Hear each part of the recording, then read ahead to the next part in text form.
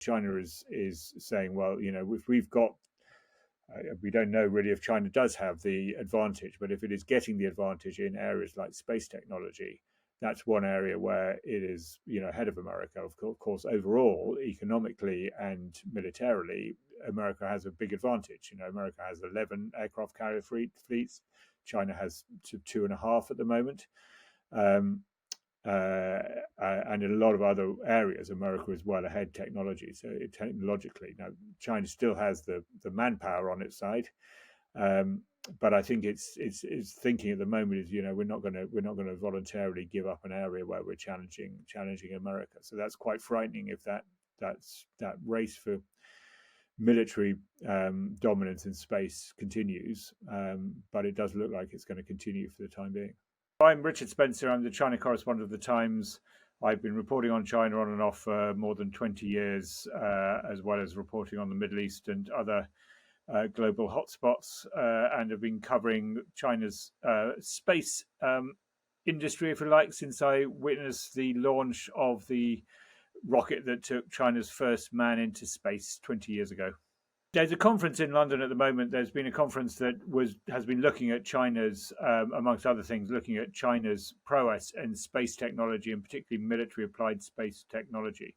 And it's an area where America has been increasingly concerned for, I guess, around 15 years now, even more. But the pace of scientific development in China is really quite striking, and that, of course, has both commercial and military uses. And what America is slowly coming to realize is that China, as a competitor in the world politically, different systems, different alliances, increasingly coming to verbal blows over issues like the Pacific, is a more technically capable adversary than the Soviet Union was in a previous Cold War. Relations with China and America are better than relations were between the Soviet Union and the West. But compensating for that is that China is developing its technology much faster, and so creates a much graver challenge, if you like, a more complex challenge than the Soviet Union did. What this conference has been looking at is, in particular, space technology. America has always seen itself as the primary space power. The Soviet Union got ahead of it in the early days by putting the first satellite into space, but really since the collapse of the Soviet Union, in terms of high-end technology, America has had no competitor in terms of space technology generally, or the highest tech developments in satellite communications came from America. That all changed in 2008 when China, very startlingly, blew up a satellite in the middle of space without warning anybody. It sent one of its refashioned one of its intercontinental ballistic missiles. We think, we're not entirely sure, into a missile that simply took out a satellite in space. It used one of its own defunct satellites as a sort of target practice, if you like, and successfully destroyed that with a land-based missile fired at space. Didn't tell anyone. It was actually picked up by NASA, who said, "Goodness me, this is what the Chinese have done." And then since then they've been taking a closer look at what China's space program is all about. And not surprisingly, it's discovered that that China's space program has both peaceful and military uses.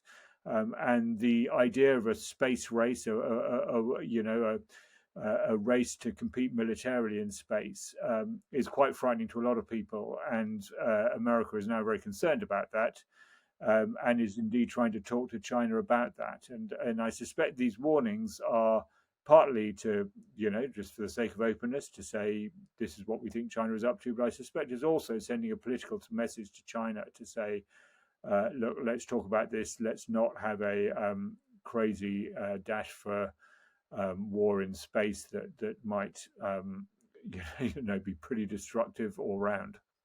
We all know that satellites power the world now. We all use satellite communications in one way or another, for for communication, for Google Maps, GPS positioning, um, locators on our mobile phones. This is all ultimately powered by satellite technology, one way or another. So very useful, very important for a lot of civilian users. But of course, all those users are, also positioning ships, naval warships, and of course, in space itself. If you take out the other side's satellite communications, you're crippling them both militarily and indeed in civilian terms, and that can have huge knock-on effects. So that's why people are worried about the possible effects of war in space. Imagine what would happen, or the uses to which we put satellite technology, if they all suddenly came down because a couple of key satellites had been taken out by a missile fired either at space or from space. That would be pretty serious. So this is interlinked, and in America and in the West, we tend to think of these things as separate. We think of a civilian space program that we all know about and all use, and then there's a military space program which we don't know anything about. We don't know what's going on there, and the civilian is partly or largely commercial. In China, all these things are handled by the state, which controls all forms of high-end space technology, and they're integrated. So they're using the same satellites to power their GPS systems as are integrated into their navy to some extent, not entirely integrated into their military, to some extent, not entirely. So so that gives China a sort of greater command and control over its whole space program, if you like. The question is, of course, at what point might this become dangerous? What point might it become used? And the biggest concern for everyone at the moment in the Asia Pacific region is the future of Taiwan, which is a island off the east coast, southeast coast of China, which is autonomous. It is officially, according to the UN and certainly according to China, part of China, but it was never captured by the Communist Party, and so runs itself. It now has this ambiguous status where it is effectively autonomous, effectively independent, but is recognized by everyone sort of as part of China. It's an ambiguous status. China says that ultimately Taiwan will have to be reunified with the mainland. America says that will not happen by force, has given protection and support to Taiwan. So the fear is that if China decides that it wants to, do a Ukraine, as we now call it, and actually invade Taiwan, that could bring China and America into direct conflict. And that is an area where a lot of Chinese technology is directed. Now, America has always, since the Second World War, had control of the Pacific strategically and militarily. It has as many active aircraft carrier groups as the rest of the world put together, and that gives it great strategic power across the Pacific. And China is trying to carve out space for itself to operate in. It claims control of the South China Sea, which is the bit between China and the ring of islands from Taiwan all the way around to the Philippines and Indonesia, that sort of sub bit of the Pacific. But America has sort of full operational capacity there as well, and sovereignty over that area is also claimed by all those countries. Philippines, Vietnam to the southwest, and Taiwan itself, over different areas within it. So that's one area where there's a clash, and where China has concentrated its submarine, for example, its submarine fleet is based there and patrolling there. but it's quite shallow. So America has pretty good visibility over there. So China is working out various ways, both of making its submarines less visible to American technology, and also expanding its presence further into the Pacific, into areas of the Pacific where it can operate more less visibly. And that involves satellite monitoring, satellite communications, and monitoring of American fleets in particular. So that's the area where Chinese technology is very much focused at the moment. China is a very complicated country. It's got a very complicated relationship with the West, and we have a very complicated relationship with China. It's you talk to leading Western politicians over the last 20 or 30 years about how they view China, and you get very sort of strange formulations like China is a competitor, a partner, and a challenge. And you think, well, what on earth does that mean? And I think what it really means is that the speed of China's development and the scale of the country. I mean, until last year, it was the most populous country in the world. Just the scale of it and the scale of its economic growth because of that, the baseline size, if you like, has meant that we've had to change our views on China, our instinctive views on China quite a lot over the last 30 years, because when Chairman Mao died in 1976, and for a few years after, it was an incredibly impoverished country. It had suffered massive famine in the 50s and 60s.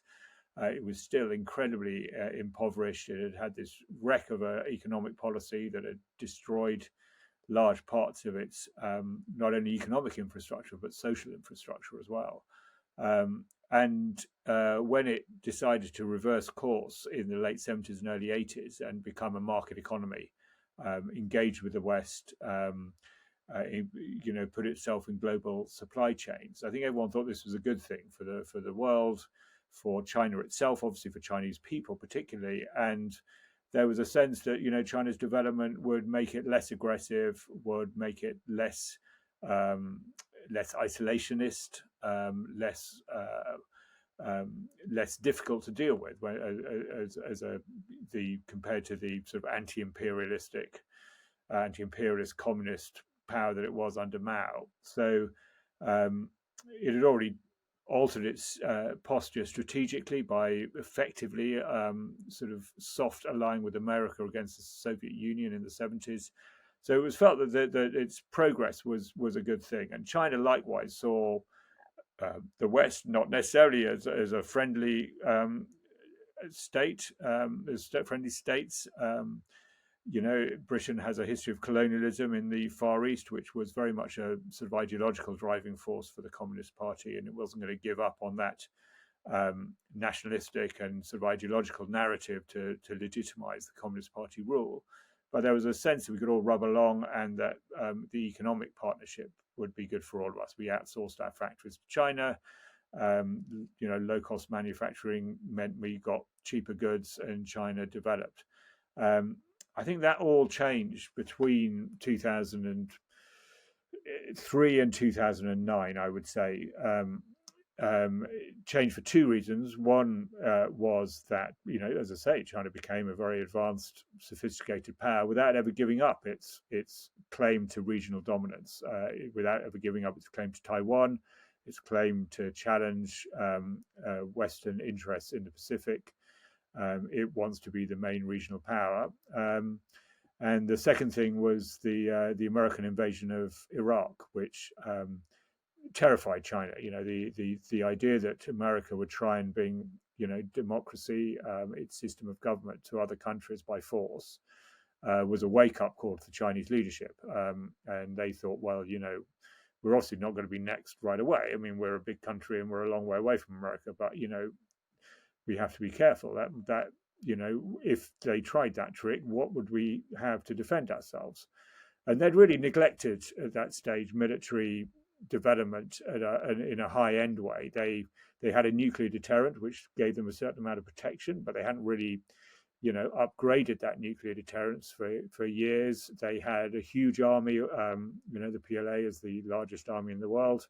People's Liberation Army, but it wasn't particularly high-tech army. There were a couple of studies done saying that if it wanted to invade Taiwan, for example, it didn't have enough, troop carriers to actually carry an army across the Taiwan Strait, which was, pretty embarrassing if you're claiming that you're going to reunify with Taiwan if you can't actually ferry soldiers there. I mean, that's not exactly high-end tech. So after 2003, the PLA were ordered to get their tech up to date, that they were going to develop to make themselves invulnerable to America militarily. And by this time, they had, high-end technical cooperation with Western universities. They had all that, high-end tech being manufactured in China, all your iPhones and laptops, and that's all the hardware for our our everyday computer internet infrastructure was being made in China. That gave them a step up, and then they engaged in a lot of high-end partnerships with Western universities to upgrade their tech for dual use, military and commercial purposes. And they moved very quickly. That sort of space intervention in 2008, which came, 5 years after, less than 5 years after China had put its first man into space. Yang Liwei was their first astronaut. He went up in the end of 2003, and within 5 years they were, knocking out satellites in space with missiles. So that really caught the world by surprise, and alerted the world that we did have a high-tech competing power on our hands. One of the great advantages of space technology, as we know, we know this from our own mobile phones, is that its positioning and location facilities are immense. It can tell you where anything is in the world at any time. We can use Google Earth to see what's going on in a neighbor's house. I mean, and that has, of course, huge military powers. And one of the things that China and the West are doing are developing, space satellite determined targeting for high-end missiles. And alongside all their other developments, they're developing nuclear-powered submarines. They're developing aircraft carriers. They're developing, their satellite technology. And of course, at the heart of this is the ultimate goal of this is to get more missiles into more places. I mean, that's how modern warfare works, as we know from, American drone technology taking out terrorist targets, as they say, with incredible accuracy all over the world. The ultimate aim is to be able to develop high-end missile delivery, so you can strike whatever target you want. And China is got a long way down the missile front. It's tested hypersonic missiles, which are these missiles that go all the way around the world, incredibly fast. I mean, I think it's the best way to put a hypersonic missile is, one step above supersonic. These are 5 times the speed of sound missiles. That's incredibly fast. They can go around the world, and if you can get them to land very accurately as well, using the all-round vision, if you like, that a connected satellite system can give you, you've got a very powerful weapon in your hand. If you look at what's happening in Gaza at the moment, you think, Jesus Christ, you can take out nowadays. You can take out a city pretty easily with the missiles we've got. Some of those missiles being used in Israel in the Israel-Gaza war aren't even precision-guided missiles.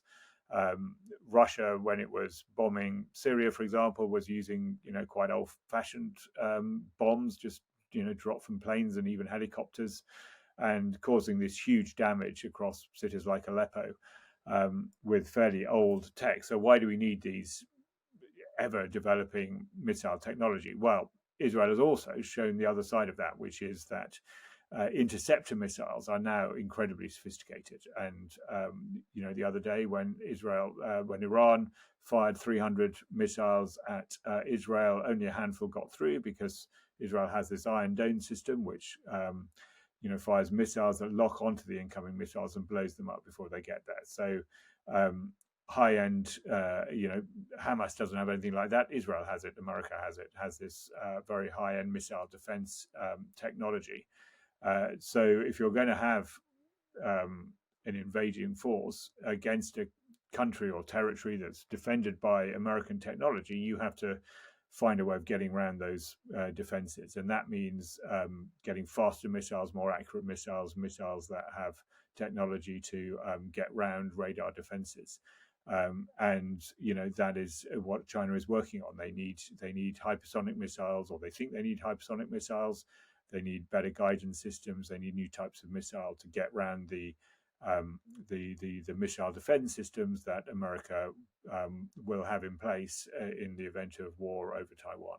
The big question in America-China relations, which in the long term may be the big question in terms of global safety, your or my safety, is how far this arms race between America and China goes. We've woken up to the fact that China is a superpower, and it's not particularly willing to discuss with America a lot of these issues. China has been very alarmed by the rhetoric coming out of first the latter days of the Trump administration and then the Biden administration, which has been very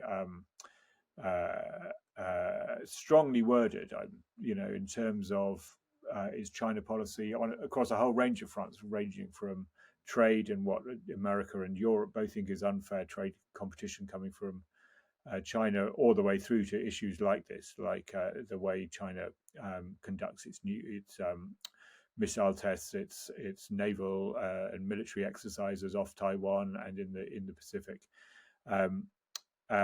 China has been very offended by that. It broke off all military level talks for 18 months, and they've now resumed again.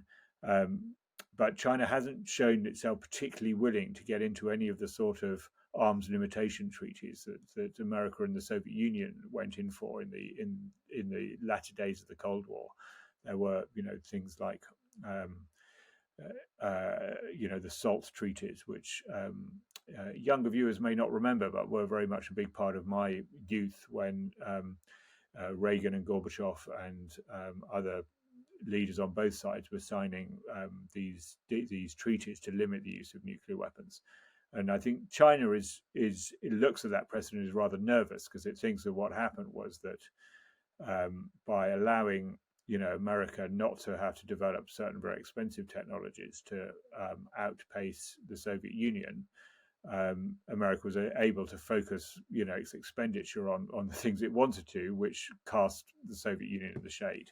And so China is saying, well, if we've got we don't know really if China does have the advantage, but if it is getting the advantage in areas like space technology, that's one area where it is ahead of America. Of course, overall, economically and militarily, America has a big advantage. America has 11 aircraft carrier fleets. China has 2.5 at the moment. And in a lot of other areas, America is well ahead technologically. Now, China still has the manpower on its side, but I think it's thinking at the moment is we're not going to voluntarily give up an area where we're challenging America. So that's quite frightening if that race for military dominance in space continues. But it does look like it's going to continue for the time being.